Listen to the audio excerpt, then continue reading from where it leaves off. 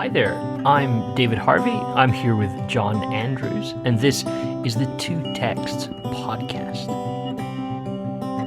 In this podcast, we're two friends in two different countries, here every 2 weeks, talking about two different texts from the Bible. This, however, is our launch series, and so we're bringing you a daily episode of the two of us talking about the parables of Jesus. This is episode 8, and it's called Lost Son times 2. All right, John, so here we are now for part 2. We've had a lost sheep, we've had a lost coin. The whole context, as we talked about in the previous episode, is Jesus appears to be hosting a dinner party. In the start of Luke chapter 15, he's hosting a dinner party. He's invited all the wrong people and all of the right people, and I'm saying that with with quotation marks. All of the right people are a little upset at who Jesus has invited. So Jesus has rolled two what we mistakenly think are kids' parables, the lost sheep and the lost coin, and then he kind of comes in for his, I feel like, let's use a baseball metaphor, he's stacked his bases, and now he comes in to hit his home run. And that's this parable that we kind of know of as the prodigal son. Some newer translations talk about it as the lost son, and I'm noticing that increasingly modern translations are beginning to just lean it a little bit further than that, and like in my translation, it's the lost son and his brother. That's interesting. So, yeah, that's interesting. So it's a Luke chapter 15 and verse 11. Yeah, you want to take it away for us? Oh well, I'd love to. Beautiful. Jesus continued. There was a man who had 2 sons.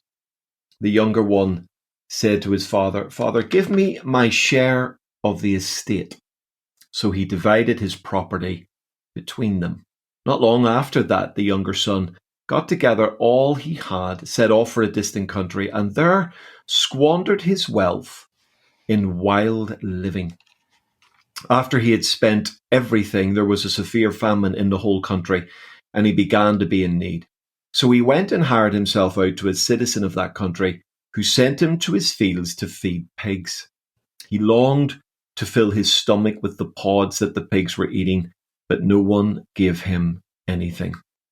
When he came to his senses, he said, "How many of my father's hired servants have food to spare, and here I am starving to death?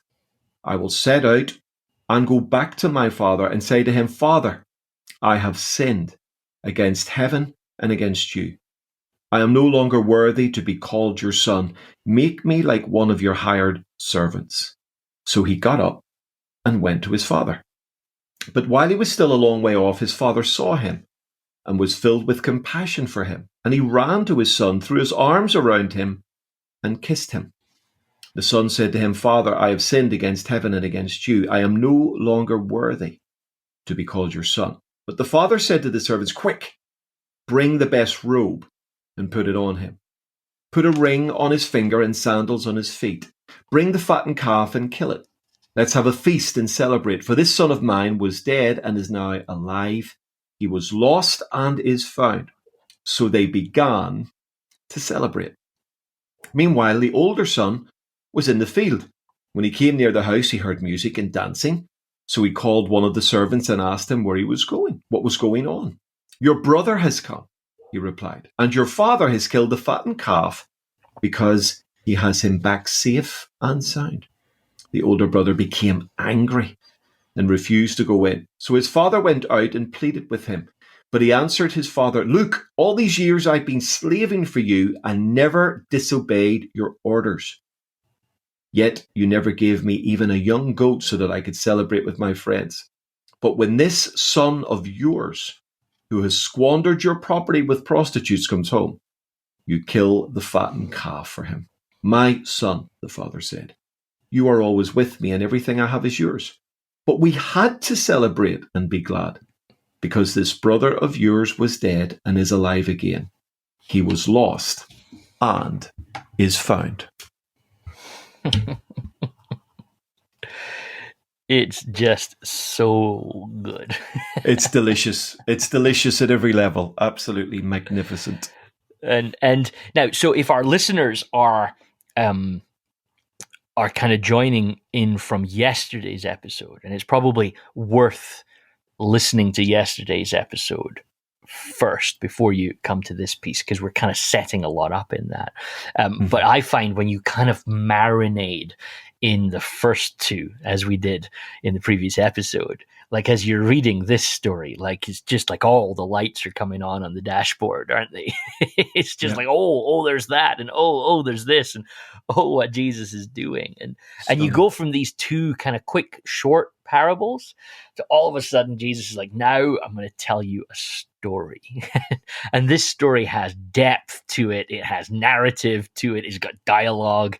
It's all in there for us to sort of just wrestle with. And where do we want to start? Well, I tell you a thing that really helped me, David. I love Kenneth Bailey. Yes. And some of your listeners may have engaged with Kenneth Bailey, Jesus Through Middle Eastern Eyes. What a book that is. Yes, required reading, I think, if you want to enjoy the Gospels, just go and buy a copy of that book. Absolutely. There's some books you read and you think, oh, I wish I'd have written that. And that's one of them. And Paul Through Mediterranean Eyes is another one. He wrote a gorgeous little book. I remember buying this for my father a number of years ago, because my father loved the story of the prodigal son. And so I bought a little book by Kenneth Bailey called The Cross and the Prodigal. And I read through the book before sort of giving it to my father, in terms of just helping myself understand what it was about. And there's a piece of information in there which revolutionized my thinking around this text that I'm so grateful to Kenneth Bailey for. And it's transformational. And he referred to something, a ceremony or an event or an experience called Keżażah. Now, Keżażah literally means the cutting off. And the idea behind Keżażah was this. In the first century, there was a custom in the world of Jesus that dictated that if a Jewish boy lost the family inheritance amongst Gentiles and then dared to return home, the community would break a large clay pot in front of him.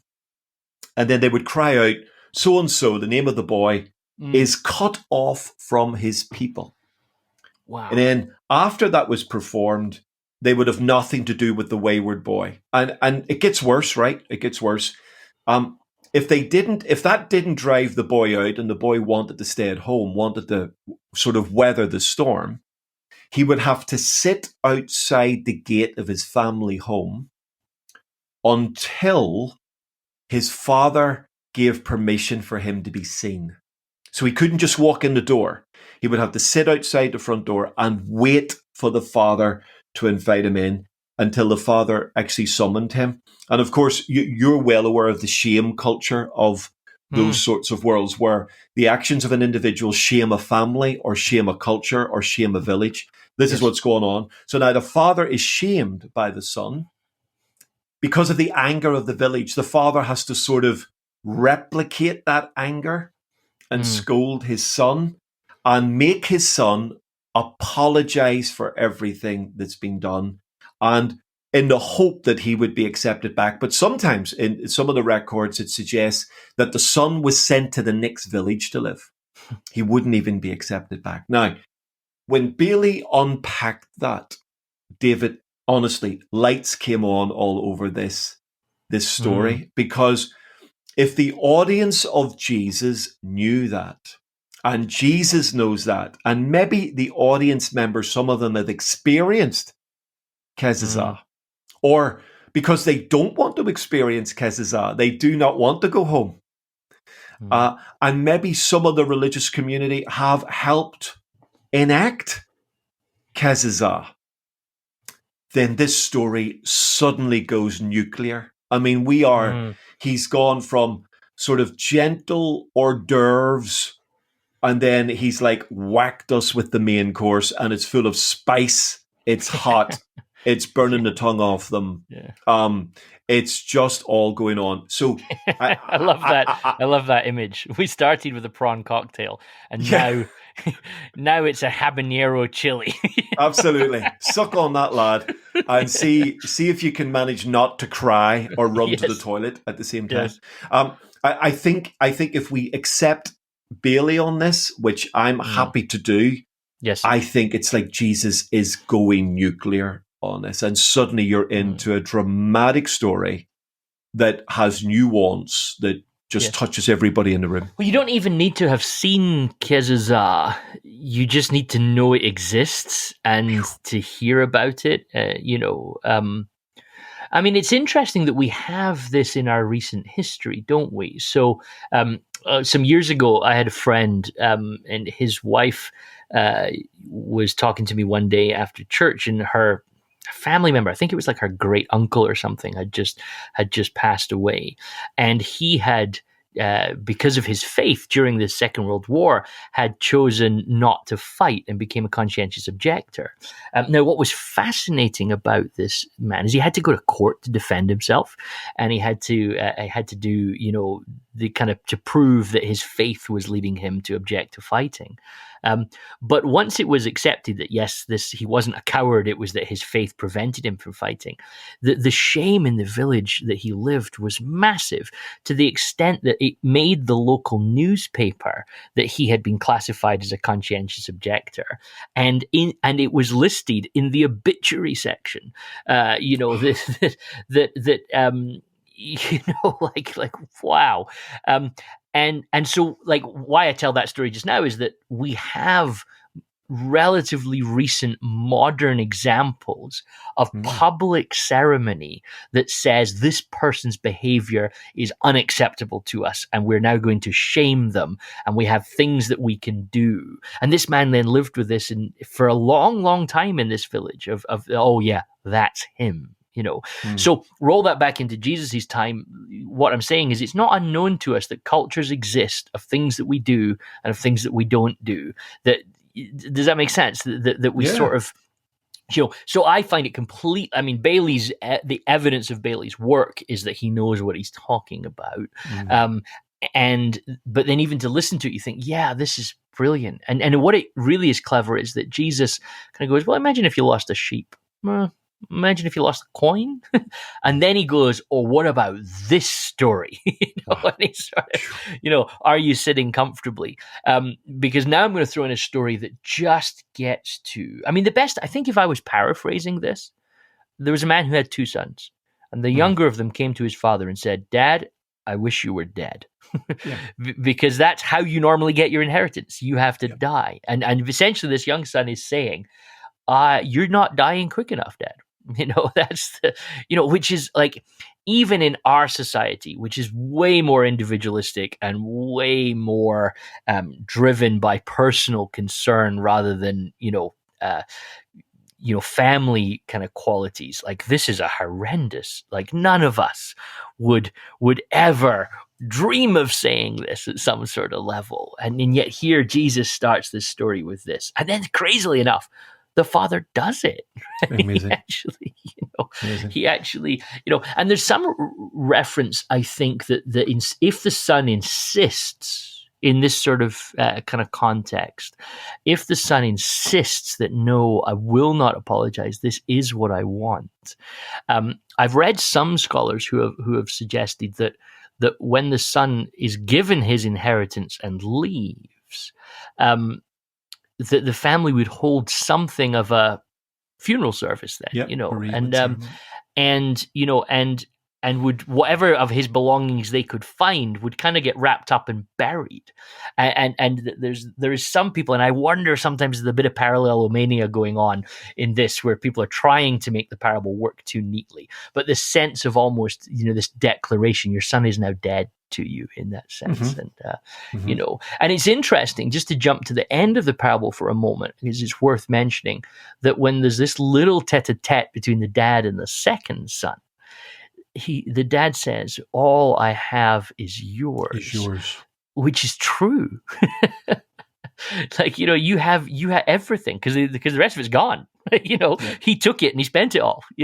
So there's we need to come back to that as we close the parable off. But it's a really interesting point that the parable holds its consistency there. That there is now only half left, and is that perhaps one of the problems that the older son has?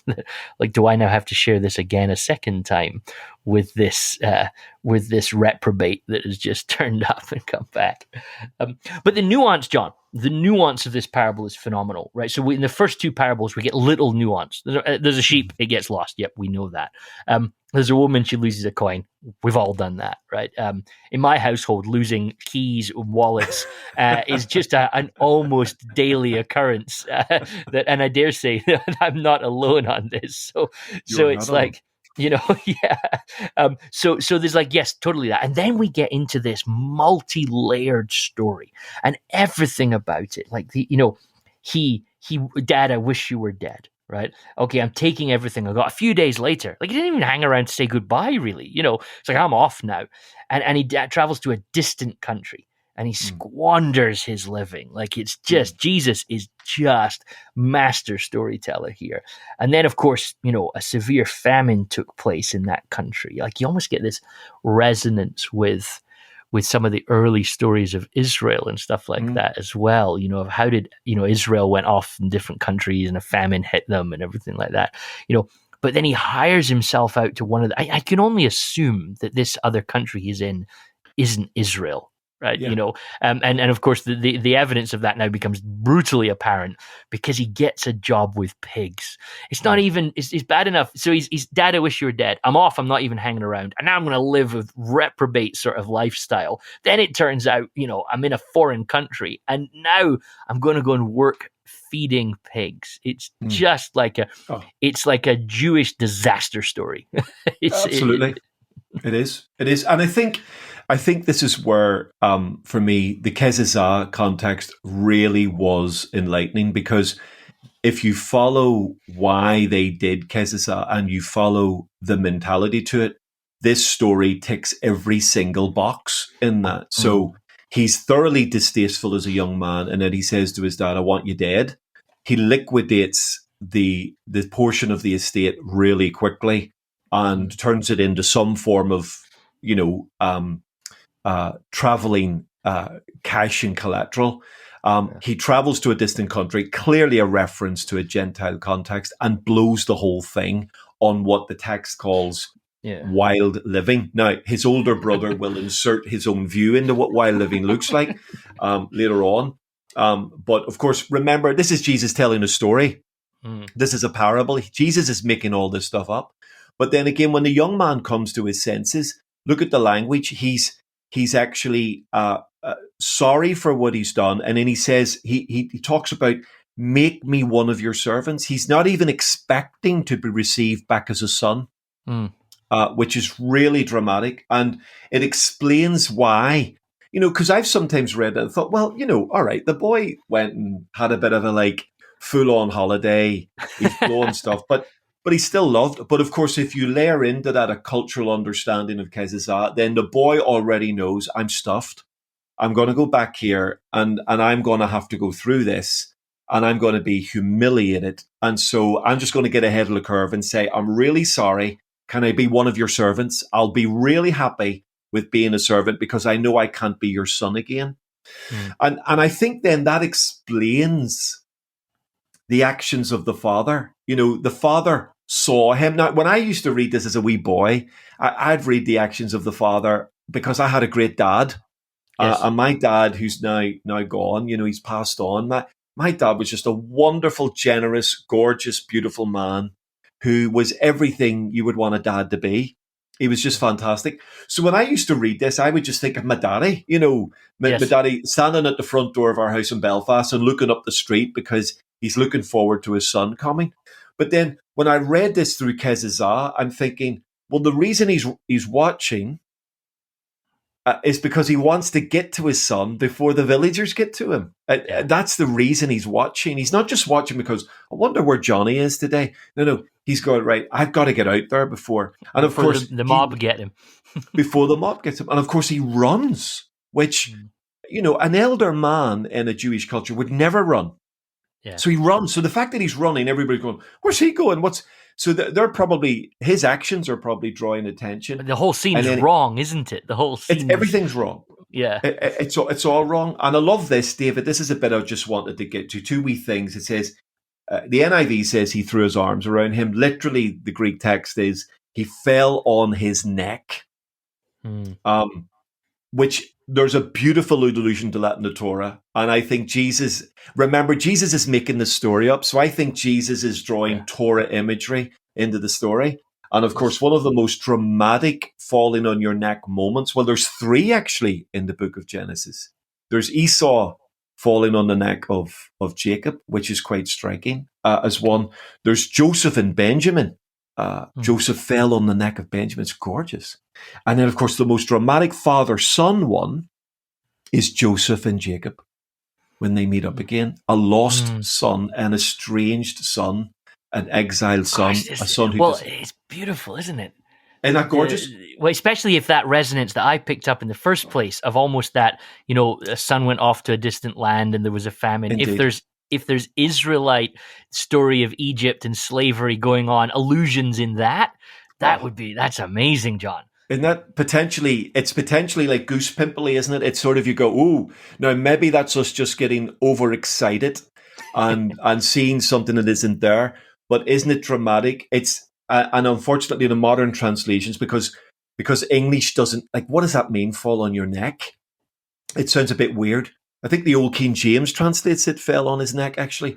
But modern translators have softened that, and in softening that, we've lost that nuance, a direct Torah nuance, which is a power. And every Pharisee in that room would just know that. Boom, they've got that right there. That's a dramatic idea. And then a beautiful look and a nuance. And then I'll pause for a wee moment, let you jump in. But it says he fell on his neck and kissed him, kataphileo.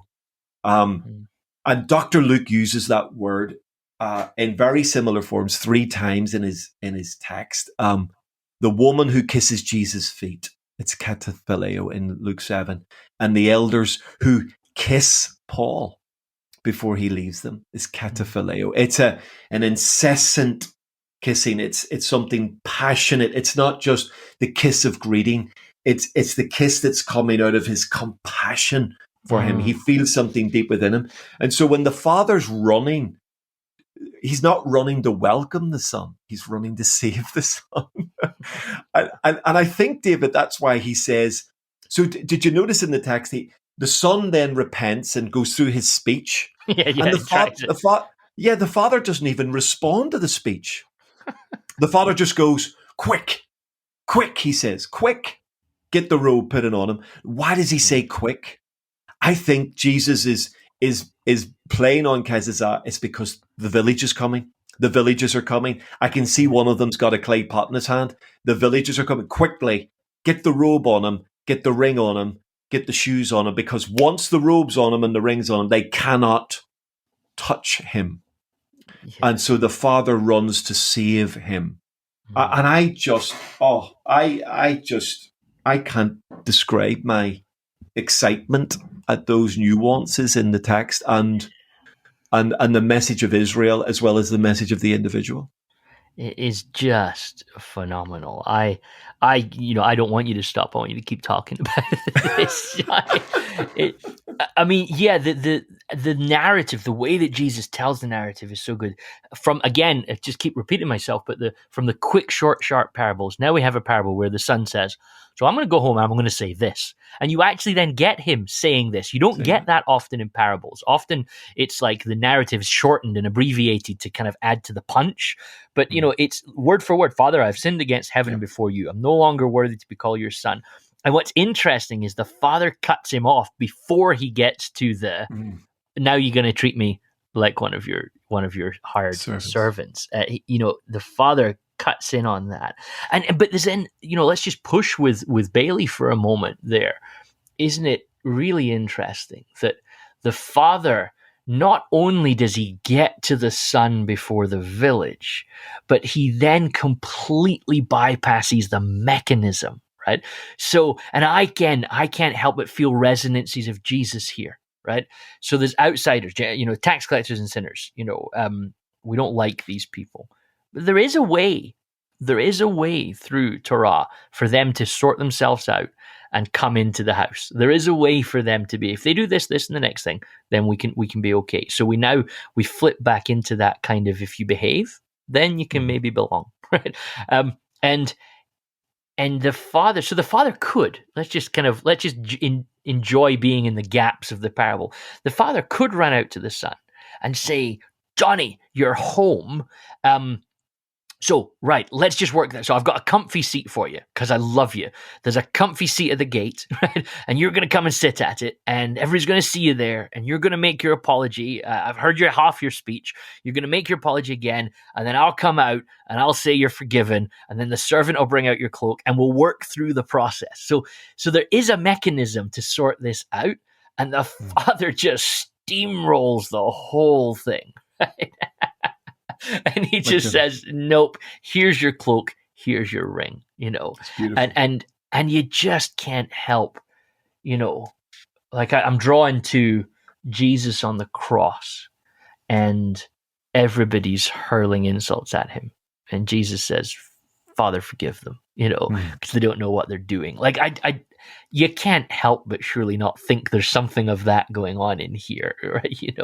That there's this is the gospel now. This is grace being presented to us. You can choose your speech, work on the best speech you have. Go on, give it your best shot. And Jesus just isn't going to let you finish it. Because your speech is nonsense, right?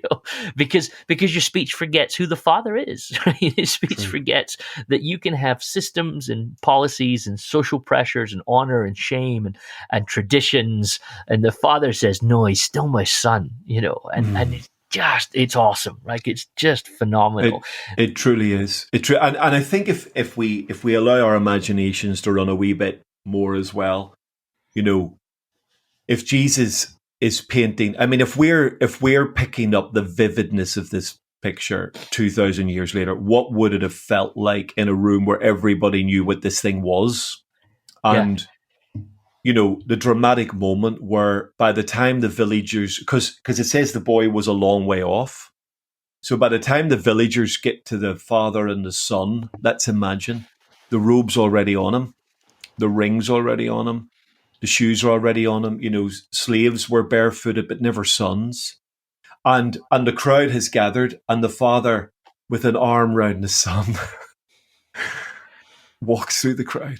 And I go, and somebody in the crowd has the clay pot ready to smash it, and the father just silently is saying, "We won't need the pot, because here's what we're doing: we're going straight home." And he says to his servant, "Get that fattened calf. We're going to have a party tonight, and we're going to celebrate." And I think there is a nuance. This son of mine who was dead, because he was dead to the village, he was dead to that culture. He was dead. He's not dead. He's alive, and you're not going to punish him, and I'm not going to punish him, because he's now found. And you could just imagine the stunned silence of the crowd as the boy is escorted through the crowd, and they're watching him disappear into the Father's house. And I can just hear the Pharisees stand there go, "But that's not right. That's not fair. That's not what should be done." And of course, they're right. Yeah. That's not what should be done. The process says he should be punished. Yeah. But Jesus is telling this beautiful story in a bypass of the process to say, no, you're home. You're welcome. Come in. I just am shocked by that. I'm moved grace, by that. Grace is, grace should be illegal. It's you're absolutely right, aren't you? It is wrong, and bear in mind, there's this underlying, heaven has great joy when one sinner repents, more than 99 who are already righteous. Mm-hmm. The danger of righteousness is that it can become self-righteousness, and then we want everybody to jump through the same hurdles that we had to get to, don't we? And it strikes me, John, as well. Let's just keep pushing the background that we know is going on here. I go to the supermarket, much like you do, and to my own discredit, perhaps, meat arrives in my house in styrofoam, polystyrene packages. And so, here's your meat for tonight. Here's 2 steaks, and then today it's some cubed beef because I'm making a chili, and today it's some ground beef because I'm making hamburgers. Do you know how many quarter pounders are in a cow? Here's a question for you. This is like, do you know how many quarter pounders, like McDonald's quarter pounders, right? How many quarter pounders are in a cow? I have no idea, David. I've never been asked that question. It's a fantastic. The average cow is like 1,200 pounds, right? That would be your average steer, right? Which apparently produces something in the region of 450 to 500 pounds of usable meat, right? Of what we call beef, right? Which means that there's like generally an average. So I did a quick Google and said how many burgers, and this is the answer I got: quarter pounder burgers. You're going to get 1,800 from a cow. Right. So, right. It's like, just to rescue the podcast from moving off into the what on earth are we talking about now? The father is inviting the whole village to the party. Right. Come on. Now, we're going to jump ahead for a little moment because I want to give the second half of the parable the credit. But look at what the younger son says. You didn't even give me a goat. So, the number one problem, it's all yours anyway, so why don't you just take a goat? But a goat is probably about enough food for 20 or so people, right? But a cow is enough. A cow is enough food. A cow is enough food for 1,800 burgers, right? So you've got this. So let's just again live in the imaginative zone for a second. Okay. Oh, look, here he is. He's here, right? I'm going to run because I've got to get to him before the village and the pot and the mob, right? So I'm getting there, and again, I'm filling out. This is the kind of Peter Jackson Lord of the Rings extended cut of the Lost Son, right? But so the father gets out and he says, right, no, here's your. I'm not interested in your speech, right? We don't have time for the speech. we have time to kill a cow, but we don't have time for a speech. Here's your shoes. Here's your ring. Here's your cloak. Oh, now the crowd have caught up with us. We've got the pot, right? We've got the stool, and the father says, how about instead we have a party? and you're all invited. It's like, I love it. It's just brilliant because heaven has joy about something that is lost and is found. So is there a resonance there that says when something lost is found, the deeply theological response to that is party. Absolutely. It's like, that's beautiful. And you're all coming. You're all coming. It's so beautiful. I don't imagine these people sat with their kebab and going, well, this is a mess, isn't it? But at least the food's good. and of course, when the older brother comes in, he not only hears the sound of the music, but did you know the sound of the dancing? So there's clearly it's going on. There's a lot of stuff going on there, and they are having a jolly old time. And doesn't that relate back, David, to what you said yesterday in the previous part? Rejoice with me. Yes, and that's exactly the nuance that the father does say to the son. He says in verse 32. Look at the language, how it's. But we had to celebrate. Yes, we had to celebrate and be glad, and that leans into the imperative of rejoice with me. Yes. We had to celebrate and be glad. It's the rules, absolutely.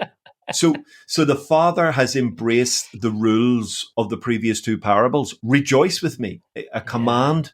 Lean into that, and then he says we had to celebrate and be glad. And the word glad literally is the same root word there as rejoice with me. It's that beautiful idea of celebrate with me. And you've got that. And of course, again, sorry, but I love the little nuance of the sort of fattened calf idea, because it sparked a thought in me right back to the Torah again, where Abraham is entertaining God well, at least God in some sort of human form. We might call that a theophany. Some may even think a Christophany there. It's God in some sort of human form and maybe two angelic beings, and they're all in human form. And of course, the Lord's about to drop the amazing news that Sarah will have a baby this time next year. But what does Abraham do? He rushes to prepare this calf, tender and good, Mm. enough food for us all, and a beautiful thing happens in the context of food together, in the context of hospitality and welcome, in the context of celebration. A word of life is given. Your wife this time next year will have a baby, and it's in the celebration that life is released, isn't it? That ultimately there's something, because when they celebrate this returning boy, something's going to change in them. Mm. Right? So like 6 hours before, they were the lynch party. Now they're dancing. Now they're dancing. So the fact that they have followed the imperative, rejoice with me, has changed them. They've now changed potentially in seeing this son completely differently and seeing the outcome of this process completely different. And it's interesting, it's the person not at the party at this moment who has the biggest struggle entering it. You can be at the party and not be at the party. Which just draw all back out again for a second.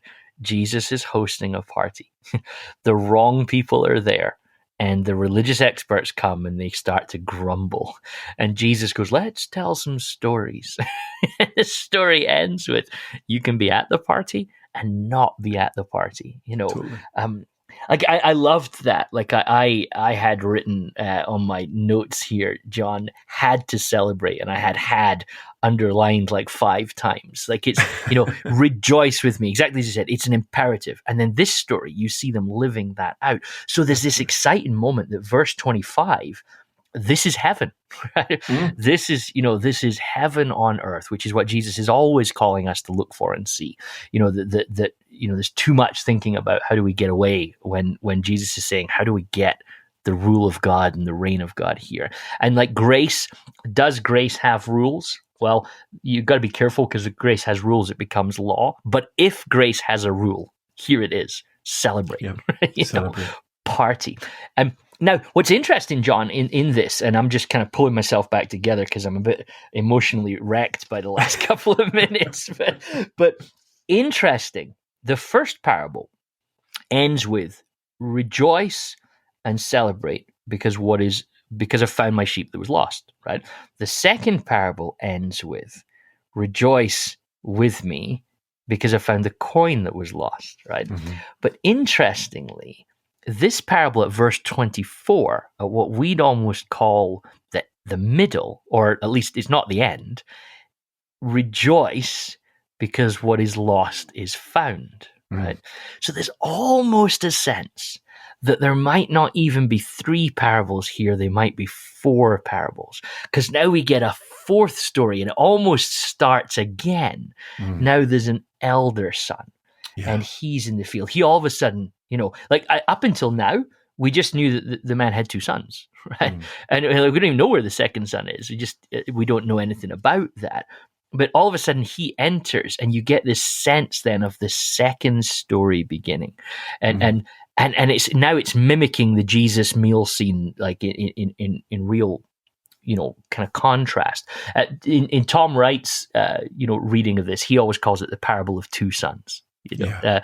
Because now a second story starts, and you've got this kind of nuances that are really worth kind of explaining and engaging with. He hears what's going on. He hears music and dancing. Like it's beautiful that you mentioned that, because I was so excited when I saw that myself as well. That it's like whatever has gone on, these people have decided, that ceremony we were planning wasn't that fun anyway. So let's get beyond that.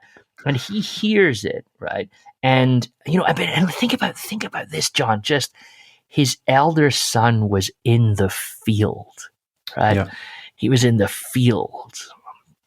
I knew somebody once who came from a background in the church, which I respect. I'm not wanting to have a go at their background. Please, hear me well. But their background was that they didn't drink alcohol, right? Mm-hmm. And so they had never drank alcohol. They were an older person and they'd never drank alcohol ever in their whole life.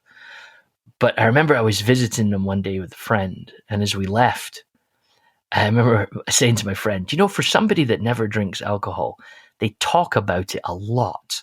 And to the extent that I know people who do drink alcohol don't talk about it as much as this person that does drink. And you almost, if I was older and braver, I'd have maybe said, maybe you should try some sometime, right? And I sound like I'm being disrespectful, and I don't mean it that way.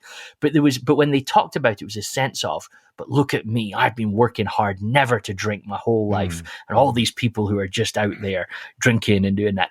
And that kind of religious attitude can come in. And I love Jesus's nuance here of, he was in the field, So they're partying and he's working hard. What a brilliant capturing of what can get into our hearts sometimes, Totally. There's another parable which we must talk about in this series, of the workers, the vineyard workers, and wait a minute, I've been in the field all day and you're gonna offer this guy that came for an hour, you're gonna offer him what now? It's this same attitude again. It's this sense of, I just love that nuance of he was in the field, right? He's just, you can be working hard, doing all the right things for all the right reasons. But then when you encounter grace, it's just offensive to you. It's true. It's so true. And I think it leans beautifully, David, into Jesus, especially in the Gospel of Luke, Jesus' relationship with the religious community. I used to have the privilege of teaching at the Gospel of Luke and the Book of Acts at our denominational Bible college. And I used to try and describe Jesus as a sort of a charismatic Pharisee, that at a theological level, Jesus and the Pharisees were actually very, very similar. 100%, and hugely so. Yeah, and it's interesting. He never really criticizes them for their theology. It's very rarely he more criticizes them for their practice. And that's where and of course, interestingly, they largely criticize him for his practice. And I think you get this beautiful cat and mouse situation in the Gospel of Luke, especially, where they're like following him everywhere and they're clearly trying to save him because they think he's a decent bloke. He's, Nicodemus, Sanhedrin member. We know you're a man come from God. So there's a whole bunch of them think this guy's pretty good, but they can't work him out. And so they sort of like what he's about, but they really cannot stomach his behavior. So they're trying to save him. Ironically, of course, Luke's gospel shows us he's trying to save them. And there are many meal moments that, there's as many, depending on how you count, you could have as many as 11 or 12 dinners or meals in the Gospel of Luke. But if you wanted to look at the big missional ones, 6 stand out. And Jesus has 3 dinners with sinners, absolutely identifiably sinners. And then he has 3 dinners in the houses of Pharisees. Beautiful symmetry, isn't it? And it's a beautiful symmetry. And I would argue that Dr. Luke, in his genius, includes the symmetry because of those 6 meals, 5 of them are unique to the text of Luke, right? And I think if you're prepared to follow my breadcrumbs, and I think I followed Dr. Luke's on this, I think then when you get to Matthew 15, you have something of that symmetry in play. And Jesus is surrounded by, if you like, the pig-hugging son. He's surrounded by the sinners who should get Keżażah and won't under his leadership and shepherdship, as it were. But then you've got the religious community who are like the elder son, working hard, serving the Father. Now look at the language. Now remember, Jesus is telling this parable, so he's putting the words into the mouths of the sons. He's creating these words. Now look at the words that Jesus creates around this. It says of the son, he became angry. I think that's an echo of the Pharisees murmuring in verse 2, which you picked up on brilliantly, yesterday. In verse 30, he says to the father, "This son of yours." Look at that language. I mean, I had a brother and a sister. I'd never describe my brother as this son of yours. I would say he's my brother. But if Keżażah has kicked in, then he doesn't have a brother. It's His the brother's- language of divorce, isn't it? You It hear is. this, as a pastor, I've encountered a lot of, marriage breakdown, and you hear it. So you have mom and dad and child, right? And mom will talk about dad as, hey, dad says this, and hey, mom says that, and then a divorce happens, and you hear parents talking to their children going, hey, your dad Your said dad. this. It's an Yeah. amazingly powerful pronoun just to throw in there, isn't it? So we see Yeah. this in our lives as well. Oh, Your totally. son, not my brother. Yeah. Your Yeah. son. Yeah. Oh goodness. And I think, I think Jesus is deliberately crafting that language, this son of yours. And then look at verse 20, and you've alluded to this. I think this is just powerful because it connects the field idea to what now he says. He says this, verse 29, I think this is tragic and powerful. He says to his father, all these years I have been slaving for you. And then he goes on to say, and I've never disobeyed your orders. Now, if I didn't know that was a son speaking, right, I would think that's an employee speaking. That's a slave speaking. Yeah. He's a son, but he doesn't sound like a son at that moment. And could it be, David, and I could be pushing this too far, could Jesus be just leaning towards the Pharisees gathered that night at his dinner party and saying, listen, boys, you know the Torah off by heart, but the danger is it's become slavish, it's become orders, it's become straining gnats, and swallowing camels.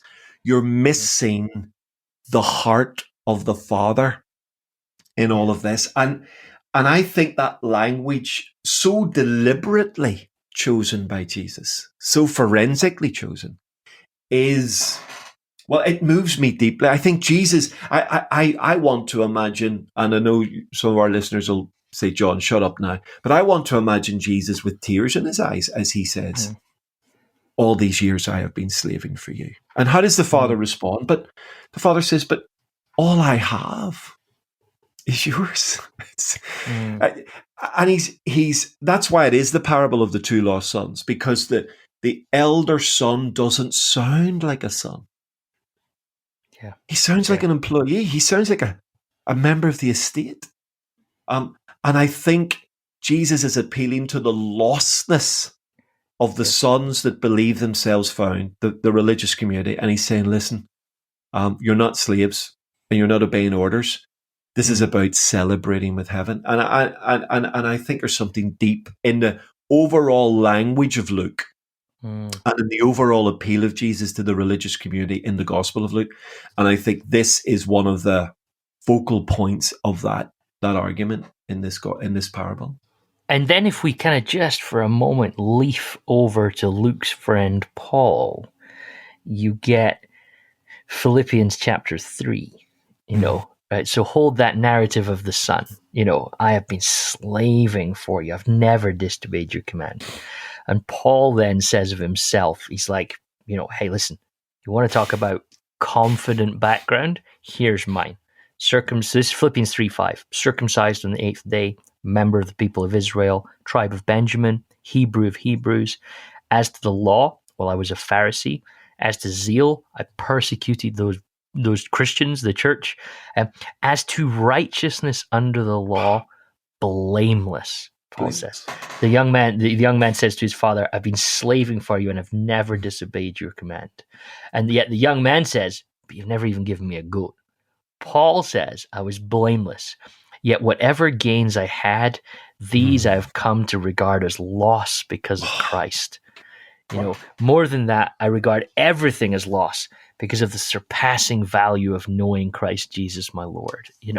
So you now get this kind of Paul crashes into grace, and realizes actually all of this defense that I've put together is just worthless, And this is why I mean the Luke Paul theology crossover. A lot of times people talk about Paul as if he's hard to correlate with the Gospels.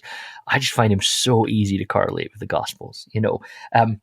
Like all these years I've been working like a slave for you. You've never disobeyed your commandment. And you've never even given me a goat so that I might celebrate with my friends. But when the son of yours came back and devoured all your property with prostitutes, like you say, like he fills in, like he's been in the field the whole time, but he apparently knows exactly what his brother has been up to, right? And you killed the fattened calf. And then the father says, son, you're always with me, and all that is mine is yours.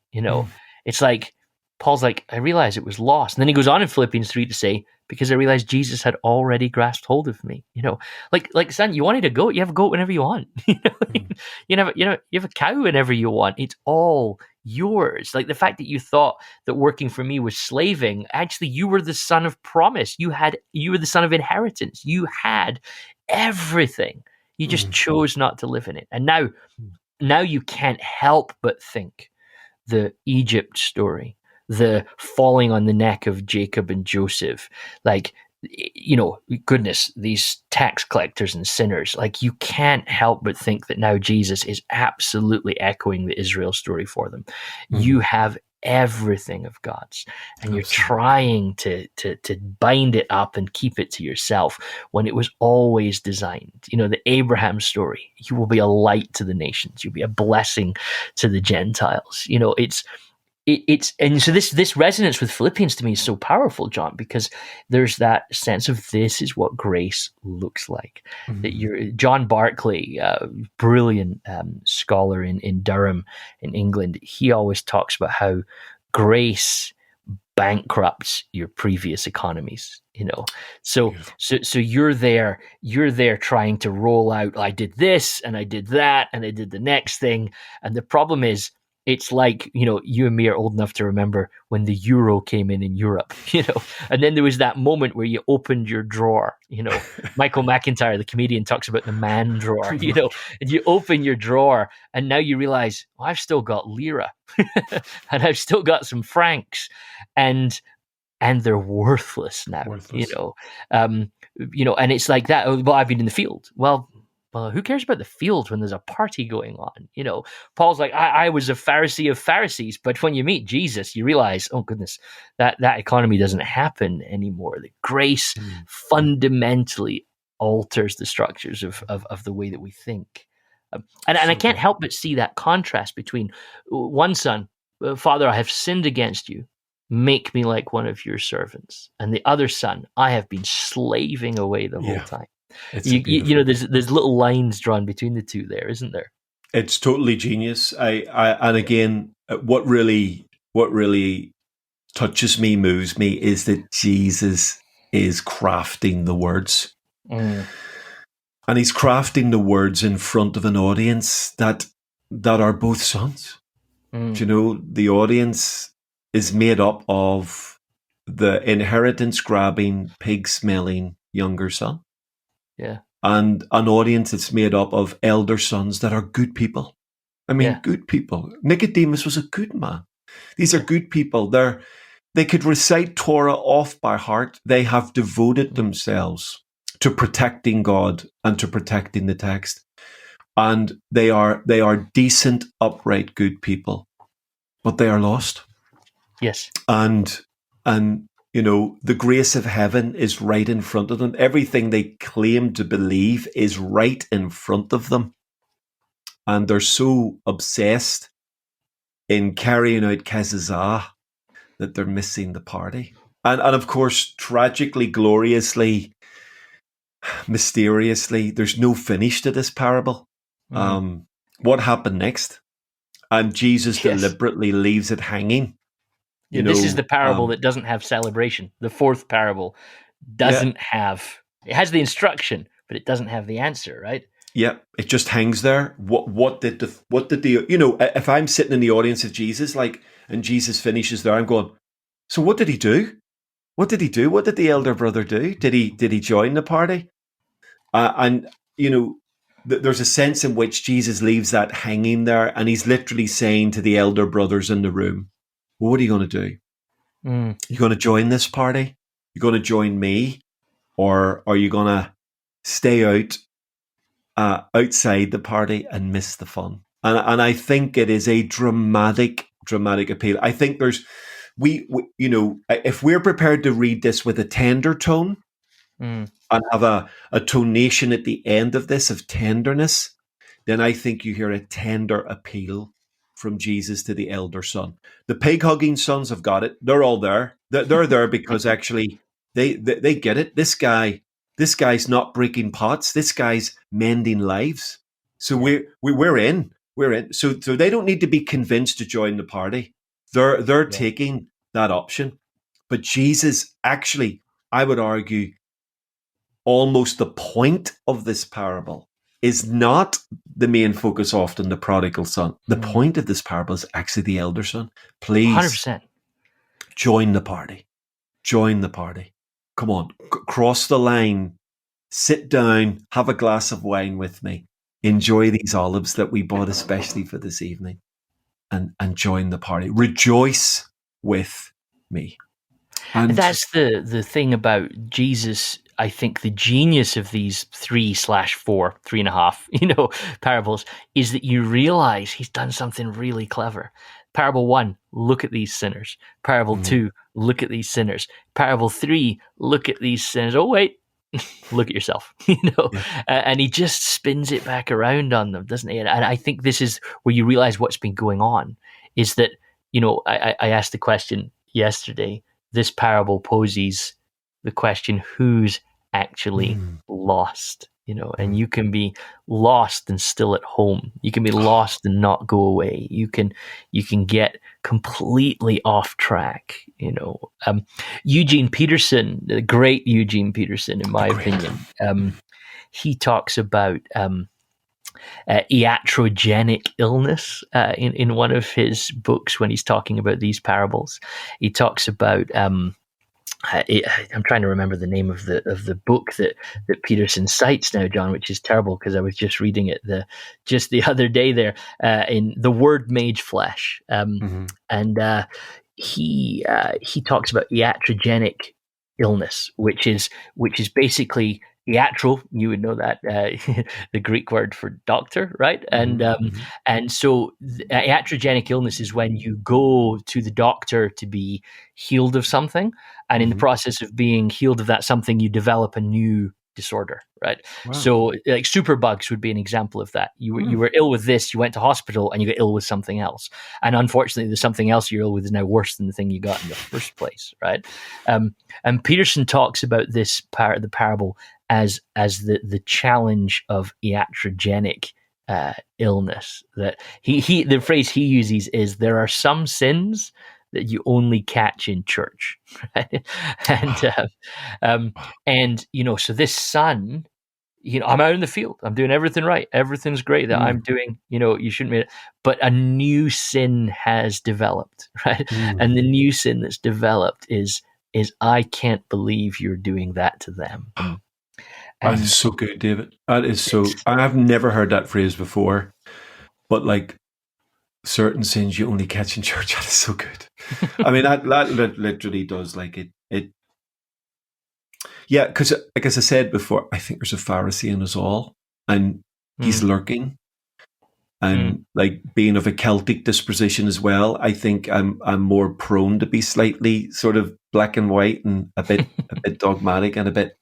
And I've literally, genuinely, I've had to try and train my heart away from that, not lose the strength of that ability, but train my heart away from the harshness that sometimes that ability, Yes. And I look at these Pharisees and I think, I could be one of them. Do you know what I mean? That's my problem. I could slip into that pretty easy. Yeah. And I have to fight the Pharisee.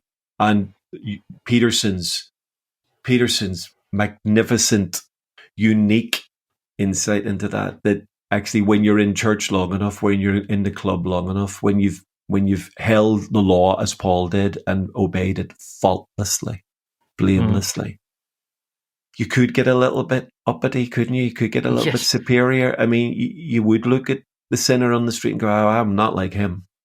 Yeah. I'm certainly, as one Pharisee in a parable of Jesus said in Luke's gospel, Lord, I thank you that I'm not like him, Yeah. looking at the publican. And I think it's in us all. And I think these parables are a reminder.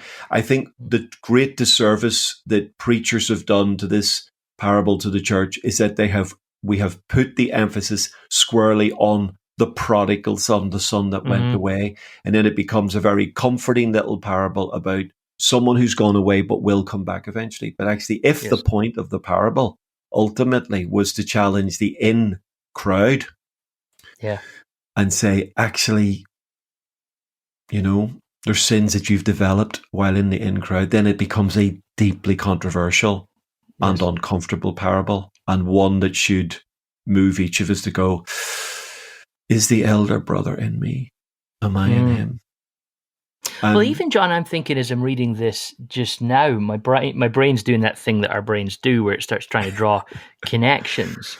I'm then drawn over to 1 Corinthians, where you've now got this early kind of Christian community, and they're starting to get a little bit of a, I'm a proper Christian because I came here by Paul. Well, no, I'm here by Apollos, and I'm of Peter, and you've got this, and Paul kind of wades in on this argument. It's like, what on earth are you all talking about?